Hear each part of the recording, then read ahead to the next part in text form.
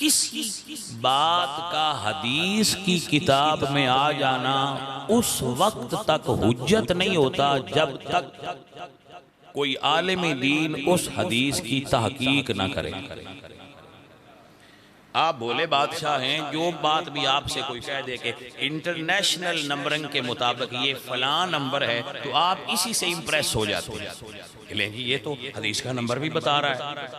تو بھائی صاحب صرف ایک بات عرض کر دیتا ہوں، بعض اوقات حدیث بیان کرتے ہوئے راوی اپنی طرف سے کوئی بات حدیث میں اضافہ کر دیتا ہے، جسے عام انگلش میں کمنٹس کہتے ہیں، اپنی رائے دیتا ہے، وہ بھی حدیث میں ہی لکھی ہوتی ہے، لیکن محدثین اور محققین اسے کہتے ہیں ادراج فی الحدیث، کہ یہ راوی کا اضافہ ہے۔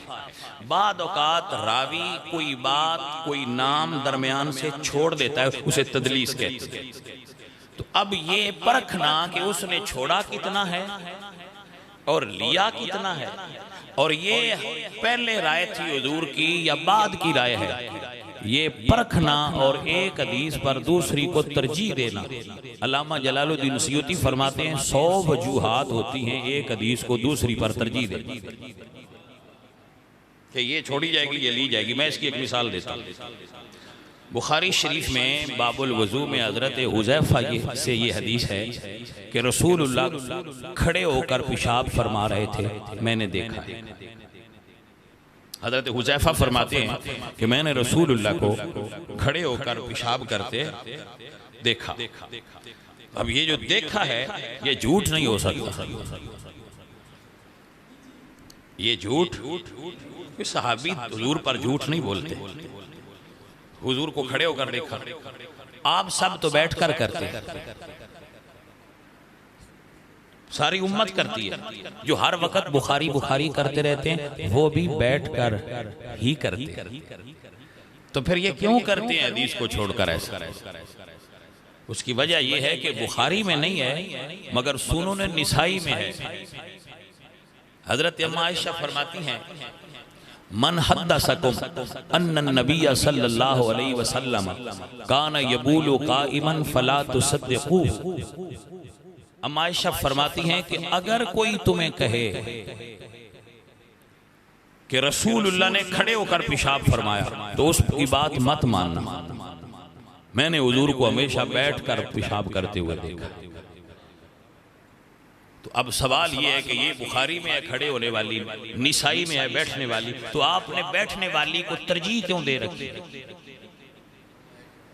اس کی وجہ یہ ہے کہ حضرت حذیفہ نے حضور کو صرف ایک بار دیکھا، اور اماں عائشہ صدیقہ پتہ نہیں دن میں کتنی بار دیکھتی، تو اس لیے اماں عائشہ کی حدیث کو ترجیح حاصل ہے، اور یہ فطرت کے قریب تر ہے۔ آپ کو سمجھ آ رہی ہے؟ اب سنیے، جو بات اصل ہے وہ آگے ہے۔ حضور کے صحابی ہیں، ان کا نام ہے حضرت وائل،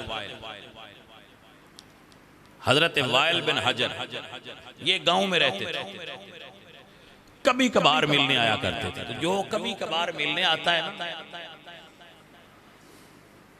آج جو مجھے ملنے بھائی آیا وہ جائے اور کہے کہ بھئی میں نے دیکھا ہے وہ بڑے کمل کا ایک کپڑا تھا، وہ سادہ سا اور بڑی کیجول لک میں وہ ہمیں نظر آئے، تو میں تو آپ کمل ہی پہنا کروں کیونکہ پیر صاحب کو ایسا دیکھا ہے۔ تو جو دن رات ساتھ رہتا ہے وہ کہتا ہے یار تو نے ایک بار دیکھا ہے، ہم تو سارا ہفتہ ان کو کاٹن پائے ہوئے دیکھتے ہیں۔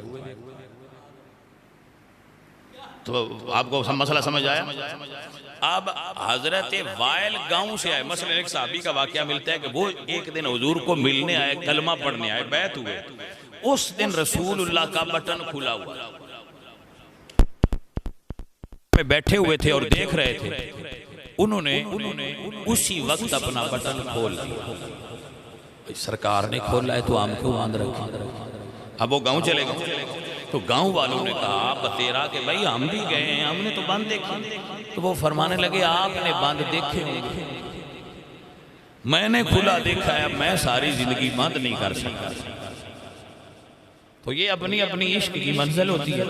تو حضرت وائل نے دیکھا کہ حضور رفع الیدین فرما رہے ہیں، وہ جب بیان کرتے ہیں کہ حضور نماز کیسے پڑھتے تھے، فرماتے ہیں کہ حضور رفع الیدین کے ساتھ پڑھتے تھے.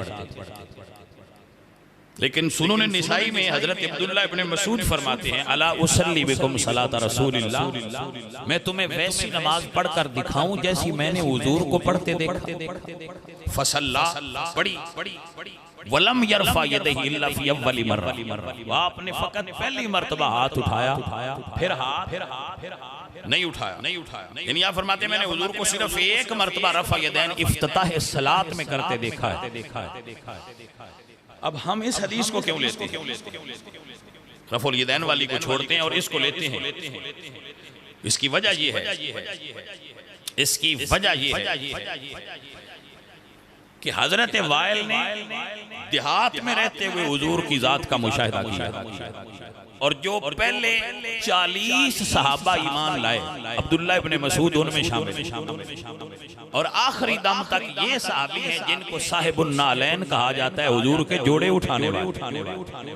اور یہ وہ صحابی ہیں جن کو حبر الامہ کہا گیا ہے، ان کو حضور کے گھر دستک دیے بغیر جانے کی اجازت تھی. باقی فرشتے بھی باہر کھڑے ہوتے تھے، مگر یہ بلا جھجک اندر جاتے تھے. کیوں؟ حضور نے چھٹی اس لیے دی تھی کہ تمہیں امت کا استاد بنایا ہے. کسی وقت بھی کوئی مسئلہ پوچھنا ہو تو آ کر پوچھ لیا کر اور بتا دیا. تو اب بھائی صاحب وجہ ترجیح وہی ہے جیسے اما عائشہ نے کہا کہ جو میں نے دیکھا ہے وہ ٹھیک ہے، ایسے ہی عبداللہ ابن مسعود فرماتے ہیں میں ساری زندگی ساتھ رہا، جیسا میں نے آخری دم تک رسول اللہ کو کرتے دیکھا وہ میں آپ کو بتا رہا. تو حضور پہلے کرتے تھے. اب میں یہ کیسے کہوں کہ صحابی جھوٹ بولتا ہے؟ وائل جھوٹ نہیں بولتے، وہ صحابی ہیں، اور صحابی حضور پر جھوٹ نہیں بول سکتے. تو آپ کرتے تھے، مگر بعد میں یہ حکم حضور نے بدل لیا. تو جب حضور نے بدل لیا تو ہمیں بھی ضد. آپ کو سمجھ آگئی مسئلہ کیا ہے اصل میں؟ تو اگر کوئی بندہ، یہ ایک مثال آپ کو دی اور درمیان میں مسئلہ بھی واضح ہو گیا کہ ہم رفع الیدین کیوں نہیں کرتے، مگر یہ ہے کہ حضور نے اپنی رائے بدلی. پہلے آپ رفع الیدین فرماتے تھے، پھر آپ نے اپنی رائے کو بدل لیا. تو حضور کا اپنی رائے کو بدل لینا اس بات کی دلیل ہے کہ اگر آپ کسی موقف پر کھڑے ہیں اور کوئی بہترین موقف آپ کے پاس آ جائے، بہترین طریقہ اس سے آپ کے پاس آ جائے، تو آپ پہلی بات کو چھوڑ کر اس سے بہتر کی طرف چلے جائیں، تو یہ اللہ کی طرف سے آپ کو خیر عطا ہوا.